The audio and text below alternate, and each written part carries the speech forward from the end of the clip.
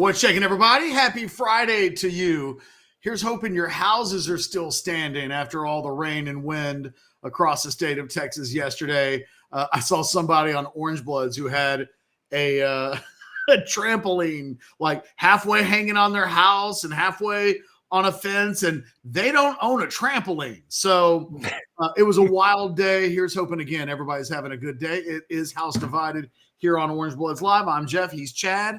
Do us a personal favor, if you would. Hit that thumbs up button, subscribe to the channel, get notifications, and by all means, the water is wet. If you're watching live, jump on into this Specs chat. Give us some super chats along the way. We're going to have a good time on a Friday. A little bit of a shorter show today because I've got to go up to the elementary school and be a good dad and watch my daughter be Havy Crockett. Havy Crockett? Not Davy. She's Havy Crockett today in like a fourth grade assembly thing. And go be there and be supportive. So a little bit shorter show today, Chad, but it's the Dorian Moore show. So if we can't do all of that inside less than an hour, then we're not great at our jobs. Going to be a lot of Dorian Moore talk. If you're just tuning in, you've been under a rock all day, late last night. And by late last night, it was 9:40-ish, something like that. Sometime between 9:30 and 9:45, Dorian Moore put out a statement on his social media that he's no longer committed to LSU. Doesn't want he's letting the outside world know, hey, I don't need new schools recruiting me, no new coaches. When he says that his recruitment is not open, it means, I'm good. I'm good. Don't call me. I'll call you. And Chad, it's a big moment. And, for all the recruiting shows that we do, for all the conversation that we have about 2025 recruiting, Dakorien Moore has been at the top of it from the very beginning. And now we're at, it feels like a pretty critical juncture in his recruitment when he decommits from LSU. And if you're a Texas Longhorn fan, I think today you should be walking around feeling pretty good that this thing has been trending your way for a while. It doesn't feel like anybody else believes that there's a mystery third school that LSU would have needed to watch out for. The threat has been Texas.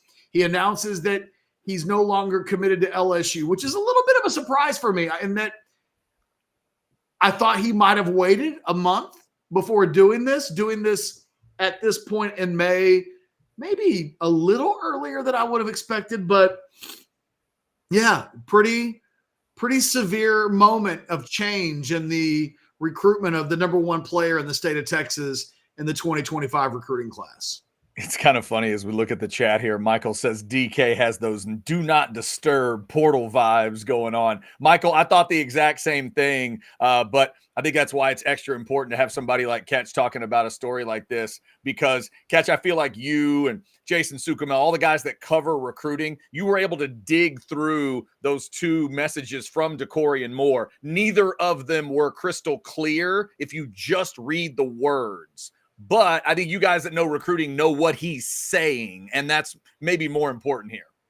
It reminds me of the scene in Airplane where it's like, I'm sorry, I don't speak jive. And Barbara Billingsley from Leave It to Beaver jumps in and saves the day. It is a little bit like that. You do have to kind of read between the lines and know what a person means versus necessarily what they specifically say. I think the big question is, so when does he become a committed athlete again? What happens? What is the time frame where a Texas fan should expect something to happen? Given that he broke off his look, anytime a guy decommits and there's an obvious school kind of hanging in the background, there's always a chance that this thing is wrapped up in less than a week. I don't know that I expect that.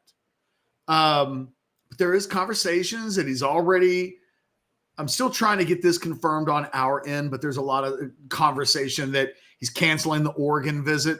Now, that doesn't mean that he's canceling all of his other visits, but it was peculiar. He could have very easily – he's been taking visits and still been committed to LSU. And I feel like he could have taken all of his official visits, soaked it all in, and then made an announcement and decommitted if that's what he would have wanted to do it. Doing it right now, it is a little peculiar. It does suggest, these things typically don't happen by accident. And I wonder if there's a reason in terms of, I fully expect him to be a Texas Longhorn. I said this on Monday when we did the recruiting show. We talked about the top 10, and there were a lot of guys where there was some ambiguity with regards to, like, do we really know what Fasusi's going to do? Like, he's been to A&M a few times, and while the Longhorns are the betting favorite, I don't know how strong I want to go in on that. There's a couple of guys that with Moore. To me, here you've been hearing rumblings of Moore for months. Jason went to an event, I believe it was in March, it was like an Under Armour camp up in the Metroplex. And I remember him coming back. He was like, man, I think Dakorien Moore is going to end up at Texas. And I was like, oh, well, why do you think that? And he's like, well, because he had like family members and members of like his little recruiting entourage who kind of were going around saying that he was going to end up in Texas. I was like, it's an indicator. Yeah. It's not a terrible indicator at that point. No. And then he takes his unofficial visit during one of those weekends before the spring game, early April. And I've mentioned this story on the show a few times, recruiting hours here on House Divided, where he made a comment about it didn't really matter to him who the quarterback was in his recruiting class, because there's been a lot of KJ Lacey discussion. And the context of that question when it was asked was really about KJ Lacey. He was on the visit at the same time. And somebody might have even said, like, hey, probably wouldn't be a bad thing if you were going to play, have a quarterback in your recruiting class with the likes of KJ Lacey's resume. And of course, at the time he's committed to LSU, they have the number one quarterback in the country committed to them in Bryce Underwood. So, and typically for most of the interviews that he'd been doing up until that point, he'd been talking a lot about Bryce Underwood and like, we got it cooking at LSU. Look at all of the pieces. And it was like, okay, well, you're saying one thing, but behind the scenes, people are saying other things. In this particular moment, he says, well, I got to be honest, who the quarterback is in my recruiting class matters less to me than who's QB1 the moment I show up on campus. And I thought two things. One, that's a different thing than he's been saying, because he's been all LSU publicly, and that includes like, hey, Underwood's pretty badass. To then say, I don't really care about that. And then to know that the Arch Manning factor is in play, and that everybody knows that when Dakorien Moore would be showing up, that the QB1 at Texas will be Arch Manning. It really makes the presence of KJ Lacey matter less, because I think Dakorien Moore and others would say, yeah, man, he's nice and all, but like Arch Manning is next. The same Arch Manning that just this week was placed on a Fox Sports graphic promoting the 2024 season because, I don't know, he's Arch. So those are the two moments, and those are months ago. So the vibe that this thing has been skewing towards Texas has existed for a while. That he announces now makes me think that whatever his next steps are, he's making them in conjunction with whatever it is that his next school kind of desires from him. And we know that June is right around the corner. We know that the Longhorns like to build momentum in June. This is when Sark does his thing. On Tuesday, Chad, you did a video kind of talking about like the 14th and the 21st of June. Like those are big weeks, big weekends. And Dakorien Moore is scheduled to be at Texas for one of those weekends. Now we don't know which one for sure, correct? Correct. Okay. But maybe it's both. I mean, well. Again, like what we see from Dakorien Moore next probably just comes down to whether or not he wants to take his visits. But in decommitting from LSU, one of the things he didn't make a point of saying is, I'm decommitting from LSU, but I'm still very interested in LSU. We sometimes see that. Instead, he said, LSU's got great culture like nobody else. Peace. Yeah. It was. Yeah. One of those, like, you dump someone while telling them they're one of the greatest people you've ever dated, but you're dumping them while you're telling them. It's like, okay, that's not really a compliment. I'm reminded of the scene in Challengers, Chad, where Zendaya's having the big fight with one of the characters. They're breaking up, and she's like, "You're a tennis player. You've got a big whatever." Like she's listing out all his qualities, and it felt, as I read that last night, I was like waiting for him to say, "And LSU, you have a big Johnson," because I was thinking of the movie Challengers. It's still on the brain. It will stick with you for a while, whether you like it or not. No doubt about that. Whether you give that movie 1 star, 2 stars, 3 stars, 4 stars, or 5, there will be pieces of the movie that you'll take with you days later. I promise you. There's no doubt. All right, so the Specs chat is building up. We're almost at 300 folks. Thank you. You know we love super chats. How about this, Catch? This is one of my new favorite names in the chat. Flintstone Foot Job with a $1.99 super chat, won a $2 scratcher, paying it forward, hook 'em. Thank you, Flintstone Foot Job. That is that's all. You got to be a certain age to know why that's even kind of funny. I love it. Love it. All right. So thank you for that super chat.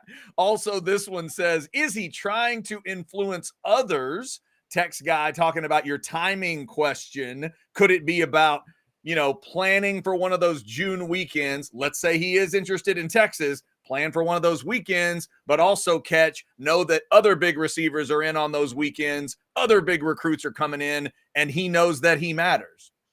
Yeah, no, I think the text guy, yeah, of course. Is he trying to influence others? These guys are always trying to influence others. Like they want to leverage all of the power that they wield, the influence that they wield. That's why I'm saying, when we start thinking about what does this mean to Texas from a timing standpoint, I'll even point back to one of the things that was in the war room last night. We posted this a little more than an hour before Dakorien Moore made his announcement, but I had a source talking about Jamie French, the wide receiver out of Jacksonville, comment that he can see what Texas is building in this recruiting class. That the implications on that was Dakorien Moore. So I think the important thing is, first of all, it's usually not what's said publicly. So I think behind the scenes, the people that Dakorien Moore communicates with from a player standpoint, when these guys talk to each other, the Jamie Frenches of the world will know when they communicate with Dakorien Moore, like that guy really likes Texas. He may be publicly committed to LSU, but Texas is that's where I would put my money. But then the moment that a Dakorien Moore decommits from LSU, that is a very public action that is the behind the scenes stuff elevates even more at that point, where it's like, okay, well, I know a guy is saying one thing, but his actions, what are they? When they start to match the thing that you're hearing behind the scenes, that's influence. And I think we're probably watching the beginning of Dakorien Moore weaponizing his influence in favor of Texas. the expectation is that he's going to end up at Texas. Will that change? Will he, hey, I'm still going to take my visits and it's even between, that's where we're waiting to see where Dakorien Moore takes this. Or is this thing over? And why go through the motions? My instincts tell me he'll take his visits. Because don't they almost always take their visits? And what can sometimes get a school in trouble, Chad, is that a guy says, no, I'm not going to take my visits. And then he's like, oh, I regret that. And then late in the recruiting process, it's like, I'm going to sneak in a visit to Oregon. I'm going to sneak in a visit to Ohio State. And then it becomes a little problematic because people will get on their, people will get testy. Their nerves will start to get, nervy.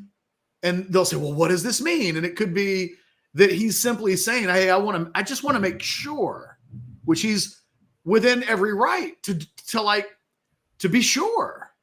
But that's why I say I think he takes his visits. But I'm saying that not because Dakorien Moore or anybody close to him in his family or inner circle has told me that today. I'm saying that because that's, I think, usually the chess play that's made. But if he doesn't go to Oregon this weekend as he's expected to do, if he is not taking these official visits, then I think we're on commit watch. If you were to ask me, Chad, will you have an instant analysis article for a Dakorien Moore commitment to Texas ready to go this weekend? My answer to you would be yes. I think that would make all kinds of sense. And it's not written yet. Right. Because I haven't had a chance to do it. But, by the end of today, probably. Yeah, no. Because how the hell would I do this show and tell you that, anything could happen at any minute and not be prepared for the thing that I'm telling you, hey, we could go a couple of days and this thing could be over, because that's sometimes what happens. I think the good news for Texas is there doesn't at this point seem to be a wild card out there that changes the direction that we're seemingly on. There's no right turns in Albuquerque. Texas has momentum. The growing expectation is that Texas is the school to beat. He then decommits from LSU, and there's not but Ohio State's made a move in the last 2 weeks. There's not any of that stuff that exists in the universe at this point. So if you're a Texas fan, all of this stuff screams that I think this is the first monster step in the 2025 recruiting class, that if they're going to get the momentum that we expect that they'll get, that we'll look back maybe in 4 months and say the Dakorien Moore thing was the first step, because after that happened, the stream of things happened. So you can even make a case that something like this truly represents the beginning of the 2025 recruiting year for the Longhorn, that while they have 7 commitments, some of those are really, really good commitments, that we know what June is. This feels like the first potential action in what the next month is expected to become. Chat filling up with some really good comments. We'll get back to those, talking Dakorien Moore. We also want to thank a couple of our great partners around here. Let's see if we can make you hungry and thirsty. We'll start with the thirsty part and Specs. Specs same-day delivery can save the day with our Specs app or online shopping. From world-class wines to hard-to-find spirits and craft beers to gourmet foods, delicious snacks, and spectacular sweets. It's Specs. Cheers to savings.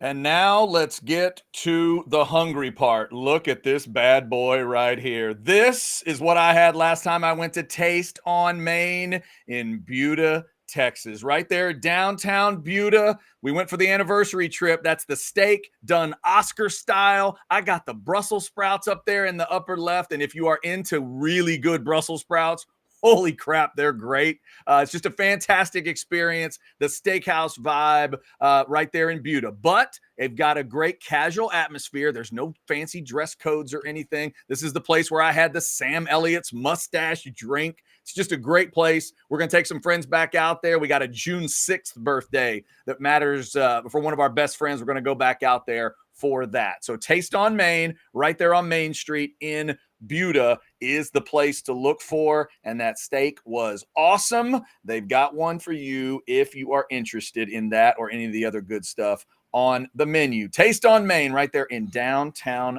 Buda. And we want to thank Taste on Main. They're going to be a big part of getting us to Dallas with SEC Media Day. So you'll be hearing a lot more about them. Shout out to Travis, Tamara, and the whole crew at Taste on Main. All right, Catch, we've got good chats rolling in on this topic. Let's start with, as you can imagine, fans are excited about this Dakorien Moore news and what it could lead to. Rex says, Moore, Wingo, Cook, Moore with a Manning at quarterback in 2025. Just light the turf on fire. I hadn't thought about that, but it would be two different Moores with one already on the 40 and maybe one on the way. Well, and look, the one thing that I feel like with the 2025 recruiting class, that if you're a Texas fan, the thing that you can be most excited about is it seems like they're putting a wide receiver class together that when they're done, it'll be in contention for the best wide receiver class that the Longhorns have ever signed. Dakorien Moore would be one. Jamie French has recently named Texas as his leader. And again, he and Moore talk. I don't think any of these things that happen are accidents. And then you start thinking about a Kelshawn Johnson or a Khalil Lockett, and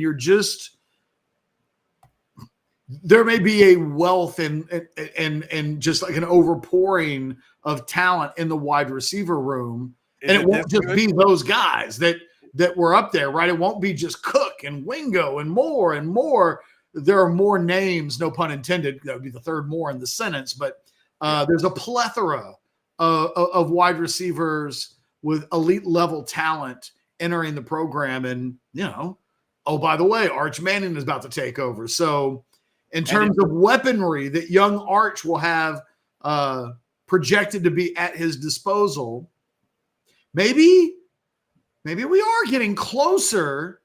I keep getting asked, Chad, on a daily basis, it feels like.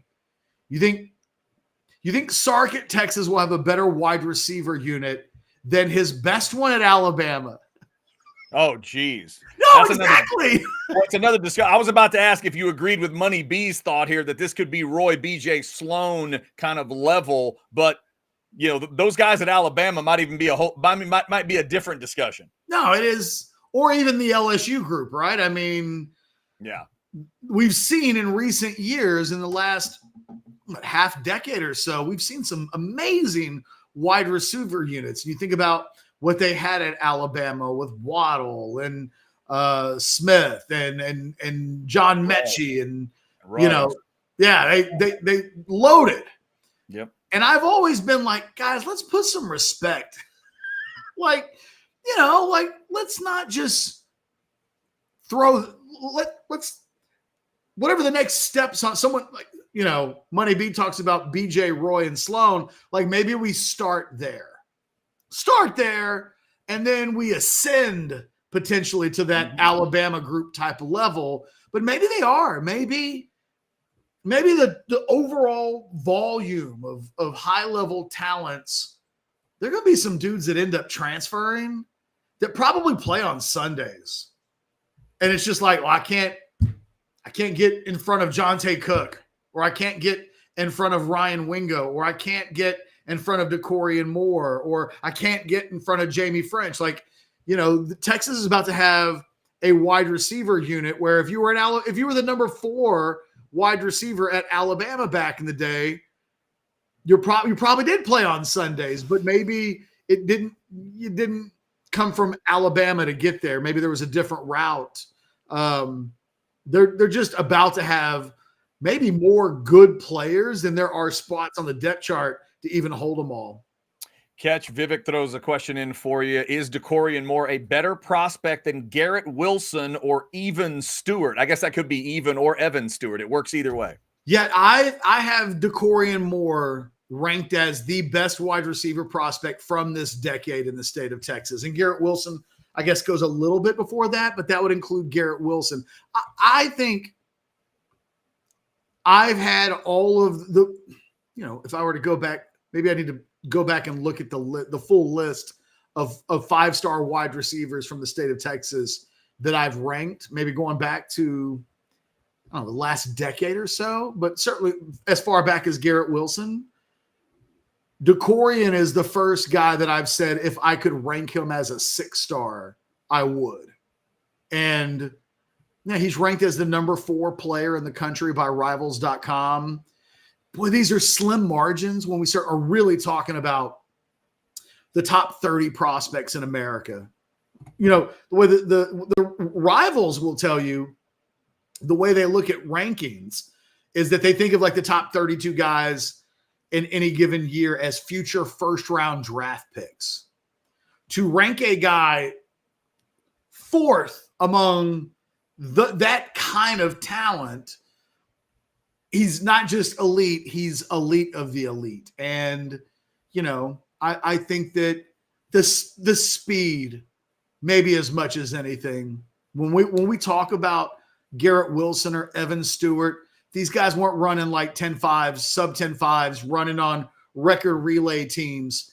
He is an elite speed merchant that can do a lot of things. But at the end of the day, like Xavier Worthy, you start talking about guys that are running sub 10.5s, sub 10.4s. Keep in mind that like Dakorien Moore hasn't run his senior year in track. So what his actual track times will look like when he enters the University of Texas, assuming he picks Texas, like we don't even know yet, but we know he's a 10.4-ish, 10.5-ish guy. That is nuclear speed that like Garrett Wilson, I don't know. I'll look up and see. I'll do it right now just for giggles. I'm going to look up because I don't remember Garrett Wilson running track. So let me see if he did. Just out of curiosity. All right. Garrett Wilson did run track. So I'm clicking on his bio and track to see what it is that he did. But he didn't run the 100 meters, Chad. Okay. Yeah. A different kind of athlete here. He did the long jump. And he ran on the 4x1 relays. But he didn't run the 100 like as a solo. And let me just tell you right now, if Garrett Wilson was running anywhere close to 10.5 in the 100 meters, he'd have been running in the 100 meters in track. There. Yeah, that's fair. Vivek, thank you for the chat. Obviously, we're talking about Dakorien Moore a lot today. Michael has a Dakorien Moore question in a way, Catch. It's a buy or sell. As much of a supernova as Moore is, Fasusi is still the most important recruit in this class. There's a more high-end underclassmen talent at wide receiver than O-line, excluding Brandon Baker. That's probably true. Okay. Except I wouldn't describe Fasusi as a 6-star. So on some level, positional scarcity doesn't impact what it is we're talking about here, which I think Dakorien Moore is just maybe I don't think Michael Fasusi is the Dakorien Moore of offensive line prospects. Is one way to put it. But if you were also to say who is the most important recruit in this class, Fasusi's not a bad answer. And it might be the truth, right? I mean, what I would tell you is what you really wish was that Fasusi played defensive tackle. That they actually have some 5-star offensive linemen in the program, that the thing that they've had a hard time getting their hands on, and I don't think is likely to happen in the 2025 class at this point, is signing that level of a defensive tackle. They haven't done that since Malcolm Brown was at Brenham High School and Mac Brown was still on the sidelines. So I would say real quick that like that's not a bad point. But if we're going to bring up Michael Fasusi and say it's him instead of Moore because of positional scarcity and like that makes it where offensive linemen have more value than a receiver, then we would need to point out that if there's a unicorn defensive tackle out there, he would trump everybody because Texas doesn't have one of those. And I'm not sure is going to end up with one of those in this cycle. Well, Catch, for me, the question becomes pretty simple. In terms of comparing it to last year, and forget about position for a second, but in terms of pop, in terms of star rating, in terms of what it could mean for the class, in terms of how much we'll discuss him if he's in the class, is Dakorien Moore the Colin Simmons of this class? Oh, yeah, that's exactly who he is. That's who he is, right? Okay. He's the guy that will get talked about on that extra level because it matters on extra levels. Yeah, and I think, Texas had that in the 2023 class with two guys. I mean, Arch Manning, I think, is impacting this recruitment in a way. We brought up BJ Roy and Sloan. I had those guys ranked 1, 2, and 3 in the state of Texas in my rankings back in 2000. And full transparency, back in 2000, there weren't a lot of people doing rankings. So my rankings were probably as well known as just about anybody else's because there just weren't a lot of rankings. Now, everybody's got rankings. But back then, they were 1, 2, and 3. And logic says those dudes don't all go play together, especially back then when you weren't playing 3 and 4 wide receiver sets the way that they do now. But I can remember Roy Williams and B.J. Johnson and Sloan Thomas all saying, I'm going to Texas because I want to go catch passes from Chris Sims. That he had been hyped in every way, shape, form, like variety possible in such a way that those guys had to go play ball with him. And I think so. You have that in Arch in the 2023 class. Colin Simmons was your in-state guy, and I do think that's who Dakorien Moore is. I think interesting enough, I don't know that they had that player in last year's recruiting class, although they had several 5-star players. Whatever Ryan Wingo is, he's less than Dakorien Moore as a prospect, and I say that with full respect to the fact that he's a buzzword coming out of practice, right? Brandon Baker wasn't quite that. Kobe Black wasn't quite that. Texas signed some amazing high-level elite of the elite prospects, but I don't think they had a Dakorien Moore in last year's class that can potentially serve as the Pied Piper to a certain extent. And if you're Texas and you want in-state momentum, everybody in the state of Texas knows who Dakorien Moore is. He's a made man as a prospect, but as a player, Duncanville's had so much success that they might know Dakorien Moore just from a football playing standpoint, forget about the recruit standpoint and everything else in between track, but he's all of these things mixed together. So, yeah, I think the Colin Simmons comparison is a good one, not because they both go to Duncanville, but because I think from a profile standpoint, they move the meter in a very influential way. So before we get to our buy or sell, we have a good buy or sell on the chat. We see that super chat as well that is there. Real quick, though, Catch, why don't you tell them about My Perfect Franchise and what Andy can do for them in case they got the dream. Man, it's time to live the dream. It's about taking an idea or a dream and giving purpose to it and making it reality versus just pretend. Email or call Andy Ledke right now or later. It's not, the timing matters less than the actual doing it.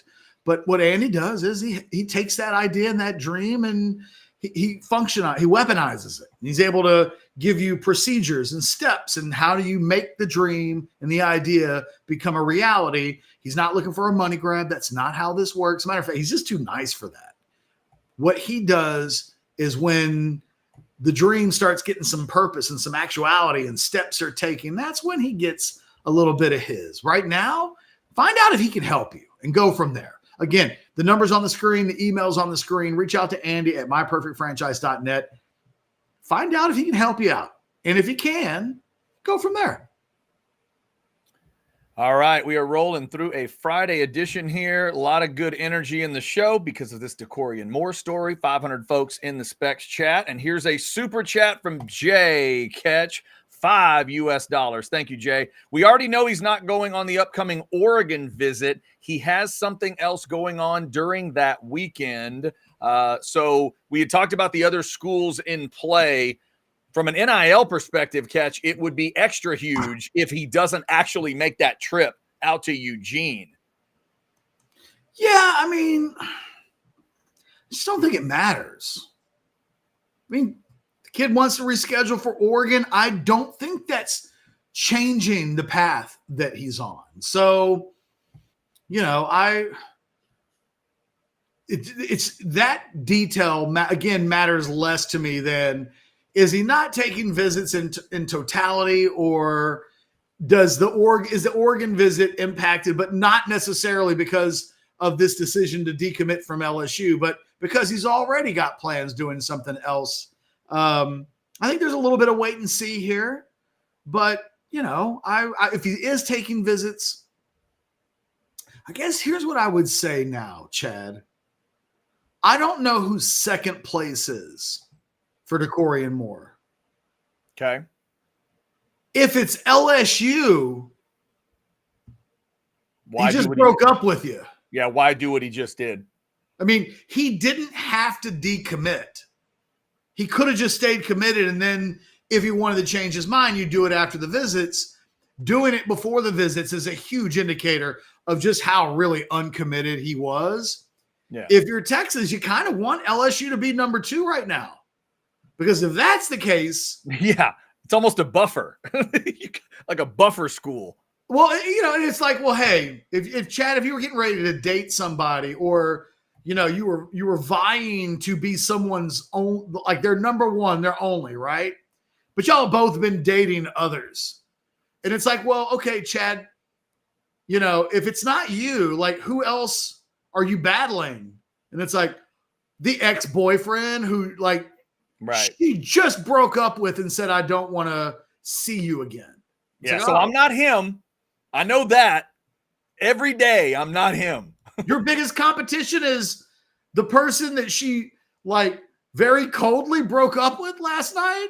Okay. Yeah, you know, right. It'd be different if it was like, there's a gym at, you know, she's a Pam and she's got a gym at work.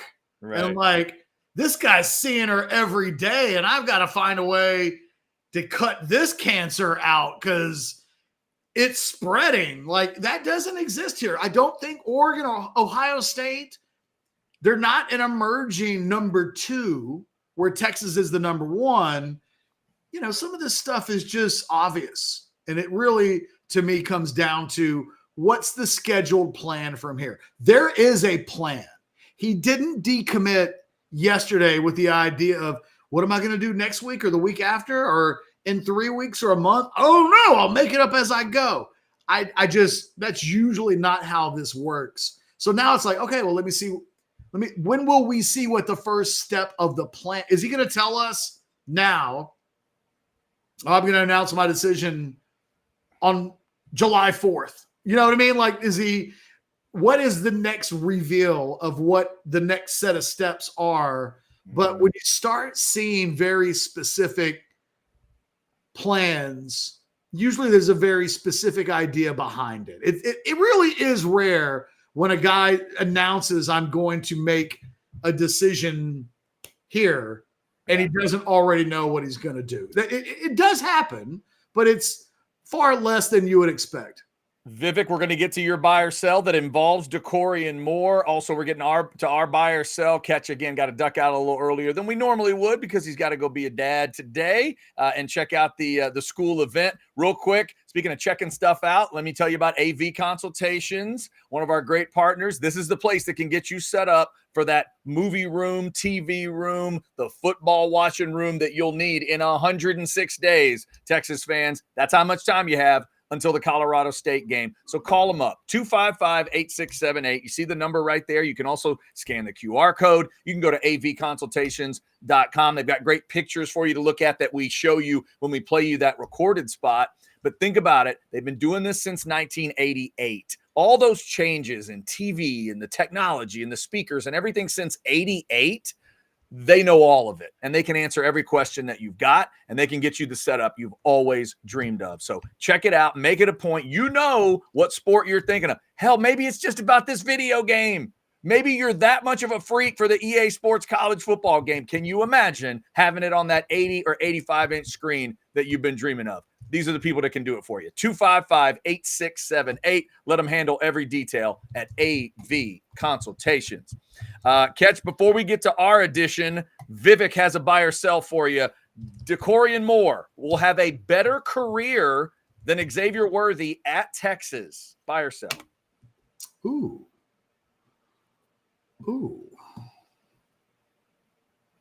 Buy. I mean, I feel like that's a loaded question because Vivek knows likely that I have Xavier Worthy ranked as a top 3 wide receiver in the history of the program. That in my rankings, Jordan Shipley 1, Roy Williams 2, Xavier Worthy 3 from a career standpoint. And I say that knowing that Xavier Worthy played one less season as well. You know, if you take just the first 3 years of each player, Xavier Worthy actually comes out in top by that measure, I think.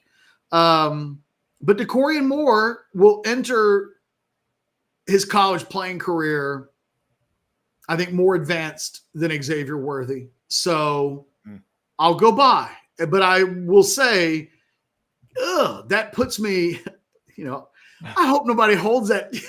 Hold me to that. If it's true, in like 3 or 4 years, play the video and like give me a pat on the back. But if it doesn't come true, don't shank me over that because I'm just answering the question. But yeah, deep down, I feel like that's probably a buy. That is fair. All right, a couple quick random chats before we get to buy or sell. Says buy since there's a more mature program. Text guy making the argument there. I like Andrew's chat here. We need more of more and more so we can win more and more. Well done. And just a random chat out of nowhere. I miss Jimbo already. How about you? JW Crunch, thank you very much for that. Thanks to everybody for jumping in the Specs chat throughout the show. All right, Catch, you ready to buy or sell? Yeah, I'll go first. Hit it. Buy or sell number 1. Texas is a minus 1,000 favorite for Dakorien Moore. Wow, that feels heavy. I'm not a betting expert, but that feels pretty heavy. I'll say buy. It feels like there were little breadcrumbs and clues and things that were happening, and then last night happens. Yeah, I don't think it's just an accident. He could have just stayed put. There's a reason he did what he did, and I think it's probably a burnt orange reason. Buy or sell number 2. Arch Manning is worth at least $25 million to the Texas football program. Buy. And you probably could have even added in the first 3 games he'll play in. I mean, it's like $25 million. I think you're lowballing. I think you're doing what the WNBA did with Caitlin Clark's contract on that one. I think that's a low ball. He's going to end up being so much more than $25 million for them. Absolutely buy. Minimum buy. All right, buy or sell number 3. Now, just for full transparency, I'm updating you here. Scotty Scheffler is at -7, I believe. Although maybe not. Like now, he may have bogeyed and fallen back down to -6. Okay. Buy or sell. Scotty Scheffler won't win the PGA this weekend, but he will finish in the top 3. I will continue to challenge Scotty. I'm going, and he's had some challenges today. I'll sell. I'll say top 10, but not top 3 for Scheffler. We'll see if he can prove me wrong. By the way, it looks like, based on what I'm seeing, that he is at -7. So he's 2 shots back of the lead right now. Yeah. Most importantly, rest in peace to that poor man that died today. A worker at a vendor, somebody that works at the event, gets hit by a shuttle, man. That absolutely sucks. That's so terrible. Well, because you would expect a lot of things as a human being, but getting a phone call, someone has to make that call. Right. Say he was at the golf tournament today and got hit by a bus. Got hit by a bus and was dead before they could get him to the hospital. I mean, just awful. Just terrible. How fast was that bus moving? I know, exactly. It's like 5 a.m. local and it was raining. So it's raining, it's 5 a.m. and they're trying to get everybody to this golf tournament. And just a horrible way to start their day. Buy or sell number 4. Oh, you know what? As it turns out, I apparently didn't do that. All right, so here we go. Buy or sell number 4. Mm-hmm. You'd rather watch a final round. It says gold, but it should say golf. Yes. You'd rather watch a final round of a golf major than watch a game 7 in basketball. Oh, man. If I don't know anything, if I know nothing about both events, I will sell and take the basketball. If you can tell me what golfers are involved, I'll take golf. But knowing nothing, I'll sell and take the game 7. You need to know whether or not there's like Hall of Famers. That's correct. If you tell me it's Scheffler and Koepka in the final group and Rory's in the group behind them, it's golf every time. But if I don't know, I'll go basketball. All right. And finally, buy or sell number 5. I'll just go hotter then. And I'm going to steal this from orangebloods.com because one of our posters had this up as like girl of the day, but it was girls of the day. Okay. Buy or sell Anne Hathaway. Yes. Hotter than Emily Blunt. Oh, wow. This is just one of those games you want to play forever. And maybe even never have an answer. Who was it that I did Emily Blunt with earlier in the week? I can't remember. I believe the choice ended up being Emily Blunt. I can't remember who the comparison was. I think Emily's going to win this one too. I'm going to think it through for a second. I think because it's a battle of hotter than, you said Anne hotter than, so I'm going to sell and go with Emily Blunt. The accent factors in. We got that accent part. They're both awesome. I love both of them, but I'm going to sell and go with Emily Blunt myself. What about you? I got to say, the pictures of Anne Hathaway at absolute peak, I'm going to go Anne Hathaway. Dude, she's good. Have you ever seen the movie Valentine's Day? The big ensemble movie Valentine's Day? Believe it or not, I've never seen it. She's in it, and she's a sex phone operator. Just saying. Just saying.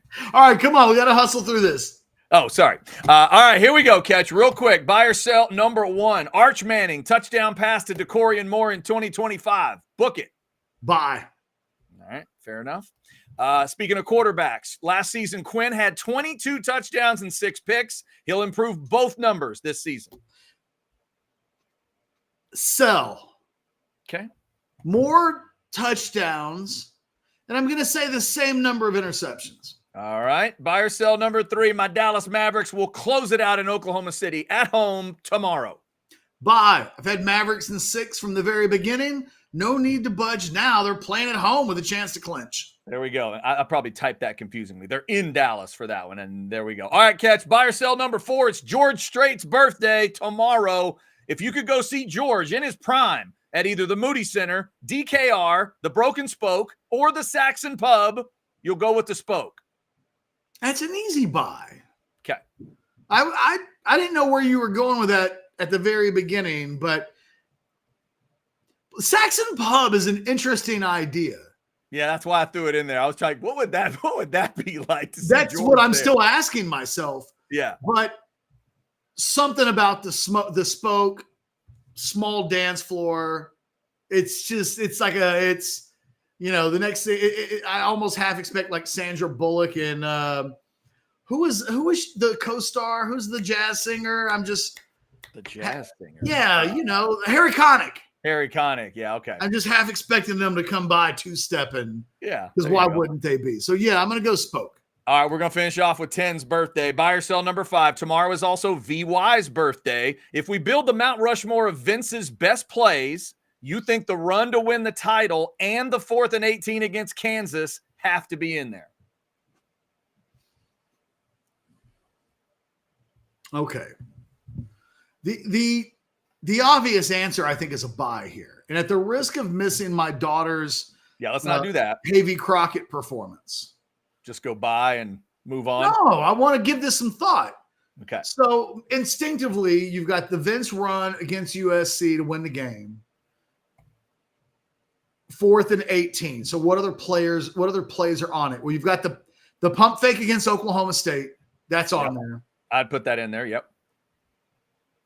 There's a couple of plays in that Michigan Rose Bowl where he's just running and can't be stopped.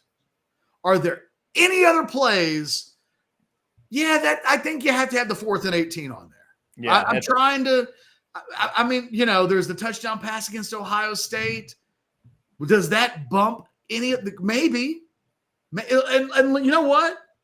There's probably some people that would rank that throw to Limas to win the game in Columbus over the 4th and 18. But they don't go to they don't play for a national champion. Actually, they might have played. I don't know. I'm gonna stick with a bye. All right. But I think I'm leaving the game winner against Ohio State off of my Mount Rushmore, and some people might put that on and have to pick one of those plays coming off. Maybe you do the Rose Bowl against Michigan, but it was the Rose Bowl against Michigan. Yeah, it's true. Happy birthday to Vince tomorrow. He'll be 41 years old. I always also say, go look at that touchdown pass he threw right after the 4th and 18 against Kansas. That's one of my favorite Vince plays of all time. Gets forgotten a lot. All right. Like, subscribe, get your notifications. We appreciate it. Catch, you go be a good dad. Have a good weekend. And we will, talk to everybody on Monday when we get it Happy all. 20th anniversary to the KU folks out there. It was 20 years ago this year. That Vince did that thing, and they're still pretty butthurt about that. Absolutely. Absolutely. Yes, they are. We thank you for your support. Thanks to up over 530 folks in as we get ready to close the door. Go check out all the stuff on the YouTube page. And, of course, keep checking orangebloods.com for the very latest. You never know. Dakorien Moore might have something really cool planned for the weekend. It could involve Texas. Whatever y'all have planned, have a good, safe weekend. We'll talk to you Monday at noon here on House